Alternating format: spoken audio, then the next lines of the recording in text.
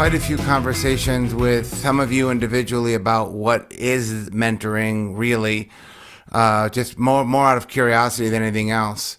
And also, people ask me from time to time when people who ask about joining the mentoring program want to know what it is, or just people in my life ask me what I do, and I explain it to them. I'm always like, I have a hard time explaining it. So I thought we'd get into that.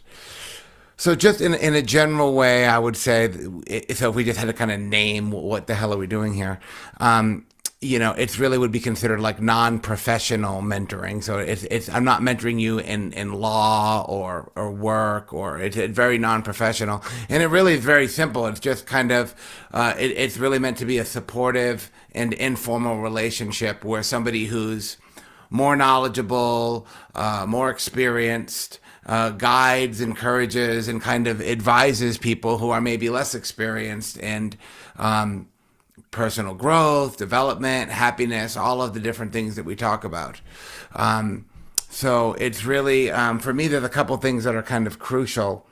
One of the things about it that's very important for me, which is why I never became a professional therapist or counselor or anything, is the informal, casual side of it, where there's a tremendous element of kind of friendliness, where there's kind of the relationship is really the most important part of it. And it goes on for however long it goes on. Some of you I've been talking with for years and years and years, so there's no, weirdly enough, there's sort of no goal. I don't have an agenda for you. And it's really also too. There's and I'm sure you get the sense of this. Is I think one of the things that makes it valuable for me is having some emotional investment in your happiness, and also having some emotional investment in your unhappiness, depending however the case may be. And one thing I just want to say also, I say it all the time, but I think it's important to just kind of pin down is we're not trying to fix anything. We're not really operating under the assumption that you have problems and I have solutions, and that's the kind of undertone of the work. Sometimes that can be the case. I'm certain I have problems. We all have problems. I'm not saying we don't have problems that we want to fix, but in a therapeutic setting, that might be more likely be the case. And with that, sometimes I'll just say that some of you will say this, and I do it with my therapists and people I work with. It's like sometimes we'll jump on the call, and maybe you're kind of things are going well, you're happy, and sometimes people will apologize to me at the beginning. They're like, "I'm sorry, I don't really have anything to talk about today. Like, I don't have any problems for you," as if that was a problem. So sometimes, as you know, some sessions can be intense or can be challenging, where we can get into really challenging stuff that you might be going through. Other times, it can almost feel like we're just kind of talking, maybe just discussing things. But for me, the thing that I always monitor, is looking for tracking things over the long term. So that way, there might be times where we're working on things that are very specific, that are very unique, that are very, very challenging. And sometimes there might be times where we just feel like we're kind of just chatting for 45 minutes. And what happens is, over the long term, one of the things that happens for me that you probably know, but it's kind of good to just kind of pin down, is like, I have a much more objective view on you than you do. And also, if you've probably gathered by now, I also have a very oddly, what's the word? My memory is really good. So I might remember things that we've talked about in the past that you maybe have hoped that I had forgotten, so on and so forth. I don't know why I have such a good memory. I just do. I always have. And it's probably one of my superpowers. No, I never sat down and came up with a business plan. I really have just been, honestly, really just trying to live my life one moment at a time for maybe 15 years now. So none of this stuff is really thought out or planned out. I never had an elaborate plan to do this. Things just arise and I try to respond. And with all that, it really started when I was living in Tennessee, Nashville, Tennessee. I was working with teenagers in a youth program. And never thought I would thought I'd be good at this, never thought I would want to do anything like this. I never in my life ever occurred to me that I would do anything like this, which actually makes me trust it more. And I was weirdly good at it. I liked working with teenagers. I realized I had a good knack for talking to people about challenging things in a way that was supportive for them and also was interesting for me. And so teenagers were the best training grounds because they're very difficult people to work with. And then, years later, fast forward, I kind of did all this stuff, and I took a bunch of training. I've done tons of clinical trainings. I like to tell people I'm trained in everything and credentialed in nothing. So I hold no degrees. I hold no professional licenses. I don't have any professional credentials whatsoever, for the most part. But I've taken probably every training under the sun. And there was a period of time in Tennessee where I was working to become a substance abuse counselor, and I did substance abuse counselor training in both Tennessee and California. I never got credentialed because I couldn't fill out the final form. As you've probably heard me joke over the time, I'm allergic to forms. So I never completed those things. But I started to gather early on when I was actually working with Noah Levine and part of Against the Stream. And one thing I liked about being on the receiving end, of kind of being a mentee, was the informal, kind of friendly relationship side of it. Much, much similar to what we would see like in a 12-step sponsor situation, where you're getting guidance, you're getting support, but you can have lunch and it's friendly, it's casual. I always liked that element. And when I started to do professional training, I really didn't like, there's this kind of clinical boundary thing and this whole, I don't consider myself even anywhere near a professional mentality. And I didn't like that. I was like, well, I want to be able to have coffee with my students or my mentees when I'm in town. I don't want to have this clinical boundary thing. So I decided not to go down that road for a variety of reasons, although I really liked the work, which kind of led me into this, like, I started to kind of be like, well, maybe I'll be a Dharma teacher. That's really what I love anyway. And then being involved with Against the Stream, some of you probably are familiar with a teacher named George Haas, who had a very robust mindfulness mentoring program. So I thought I would mimic that because I knew George pretty well, and I heard him talk about it, and I liked it. And then when I was kind of exiting California and kind of exiting Against the Stream, I was like, well, let me give that a shot. I like that kind of work. And I actually called it mindfulness mentoring for a pretty short period of time, because what I started to notice is that we would, so it was meant to be mindfulness mentoring, so mentoring around meditation application, which I did for maybe a couple years. But I started to notice that, first of all, and I'm sure many of you had this conversation with me, people would get on the Zoom or whatever, and they would feel bad that they haven't been meditating, or they haven't been meditating enough. And then we would end up having different conversations. And then I realized, okay, like, I'm actually not doing mindfulness mentoring. I mean, we talk about meditation, but I'm talking about other things, talking about jobs and relationships and things that are more of a counseling nature or even more of a therapeutic nature. And at first I was kind of like, oh, I shouldn't be having these conversations. I should be sticking to the meditation side of things. And I always say, well, why? Why do I feel that way? That doesn't seem right. And then I realized that it was probably more accurate to zoom out and call it Dharma mentoring, because then what that does is, and when I say Dharma mentoring, kind of what I mean is the mentoring work has to have some kind of container. And so the containment is Dharma. And really specifically what that means is and as I'm sure you've noticed, I try to tie everything back to some function of the Eightfold Path. Whether it's our views, our opinions, our intentions, our imagination, our speech, our livelihood, money. And, the Eightfold Path, that's a pretty comprehensive system. So I find that if our conversations are somewhat in the domain of that, then we're going to get a lot of work done. And the other thing that I will say that I've also done a lot of I've been in therapy. I've worked with therapists. I've worked with meditation teachers. I've worked with counselors. I've worked with a bunch of people on the other side of that. And so I've kind of modeled a lot of things that I've learned, and I've worked with some very, very skillful people.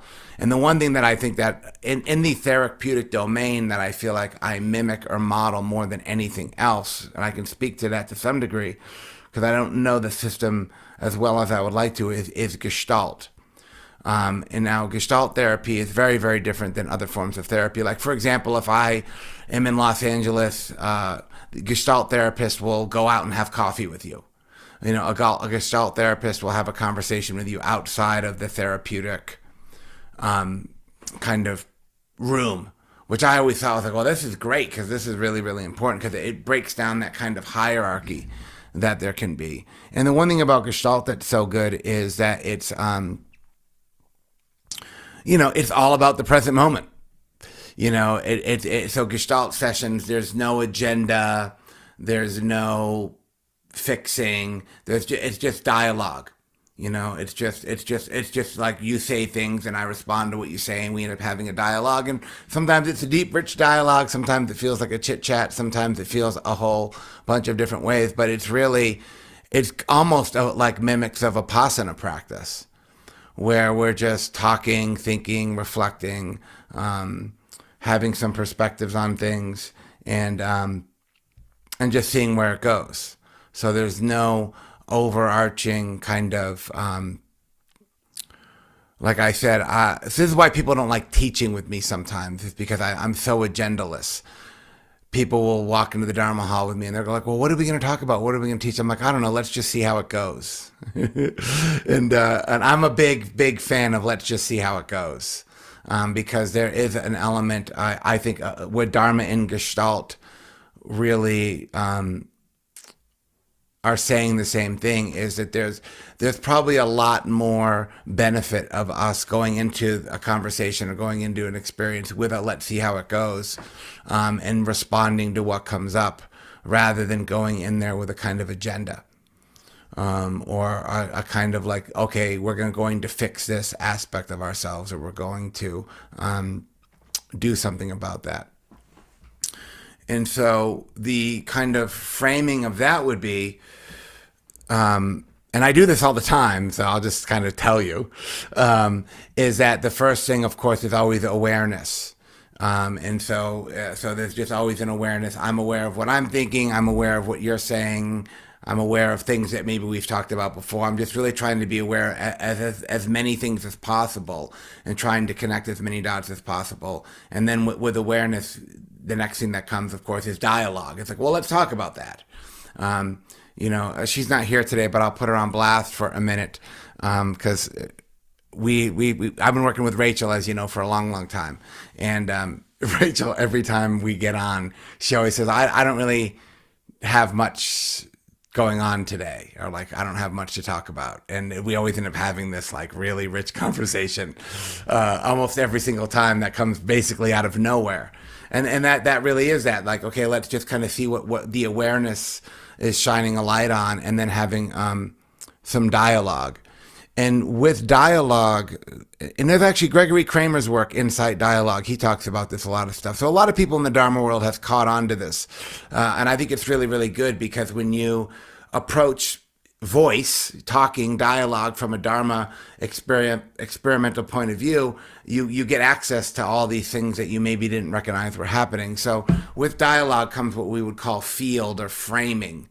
So after we talk for 5 or 7 minutes or so, usually some kind of idea or some kind of frame emerges. I was like, oh, okay, it sounds like what we're talking about is work or livelihood, or something arises from the dialogue that's usually concrete. And then the fourth one, from that framing, from that field, from that dialogue, then there's like little experiments that happen. Like, well, what about this and what about that? And we can kind of troubleshoot or kind of look at things differently.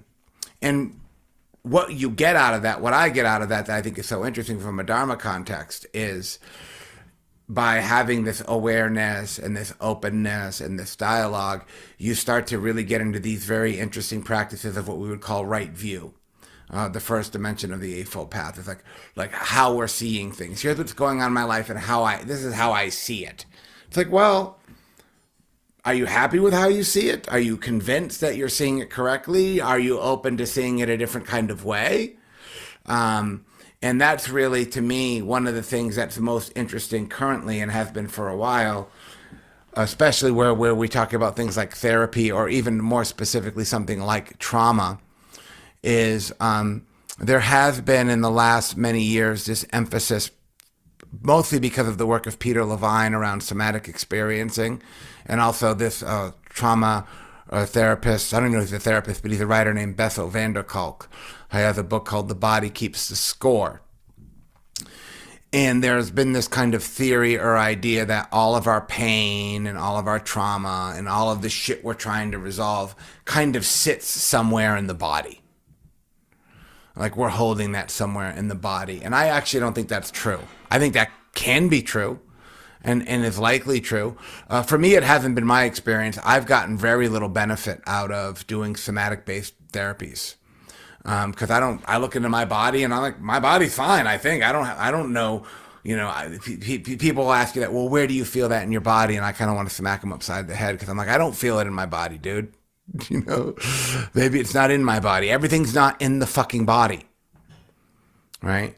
I think that's a very reductive way to kind of see experience, and so.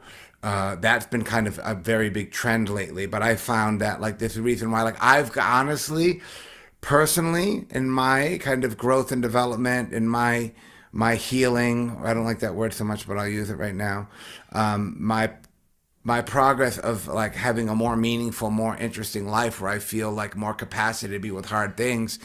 Most of that benefit I got from Gestalt therapy, which is just having a conversation. And there has been this theory, because of this body-based emphasis, they say that when it comes to trauma and working with really difficult things, that talk therapy doesn't work. And I used to subscribe to that line of thinking until I started to realize, actually, you know what? I'm talking to these people about all kinds of really hard shit, and I'm getting tons of benefit. Because from a dharmic view, every trauma state, every challenging emotional state, every kind of suffering that we acknowledge in our mind, and this is just my opinion, there's a view, there's some kind of a belief system that we ascribe to what that is. There's sometimes in therapy they call them core beliefs. That's not really what I'm talking about, but that's a good framework. There's something that we believe about our struggle that's making the struggle actually more complicated. I'm depressed. I'm always like this. This is because of this. I'm having this experience because of this thing that happened. And it's like, okay, maybe. But there's a way in which I think that a lot of our progress can really be made at the level of how we see things, what we believe is happening. At the level of a perspectival change. Now, whether that's tied to something in the body or not, I don't really know. It might be, it might not be. Maybe it doesn't actually matter. And so when we have these discussions and things emerge and we can talk about them from different ways, we can see things in a different way. And to me, that's really what awakening is about. It's about looking at having a different perspective on things, which changes everything. If my perspective on that changes, my relationship to that changes, everything changes. And when you start to catch on to this, I like this a lot because now we're dealing with it at really the software level. We're like, oh, okay, like it's just how I see things. And if we look at, the Buddhist tradition, this is kind of what mostly what they're saying is that all human suffering, is due to a lack. We're not seeing things correctly or clearly or ethically. We're off. It's really a kind of a problem of perception, And the big one, and we have this conversation all the time. I don't speak. We'll ever get to the end of this conversation. Is I'm struggling in my life, and it's my fault. It's my problem. It's always going to be like this because underneath it all, I'm actually kind of just bad or wrong or broken or fucked. In trauma, they talk about fight, flight, and freeze. You know, fight, flight, and freeze. Well, my trauma therapist, who I love so much, Lee Norton, has a fourth one, and I'm the fourth category. There's fight, flight, freeze, and fucked. And that's how I always felt. I'm like, I'm just actually totally, I'm fucked. You know, and I have so many stories. I could tell you, I could go on and endlessly about how I believe and why I believe that that's true.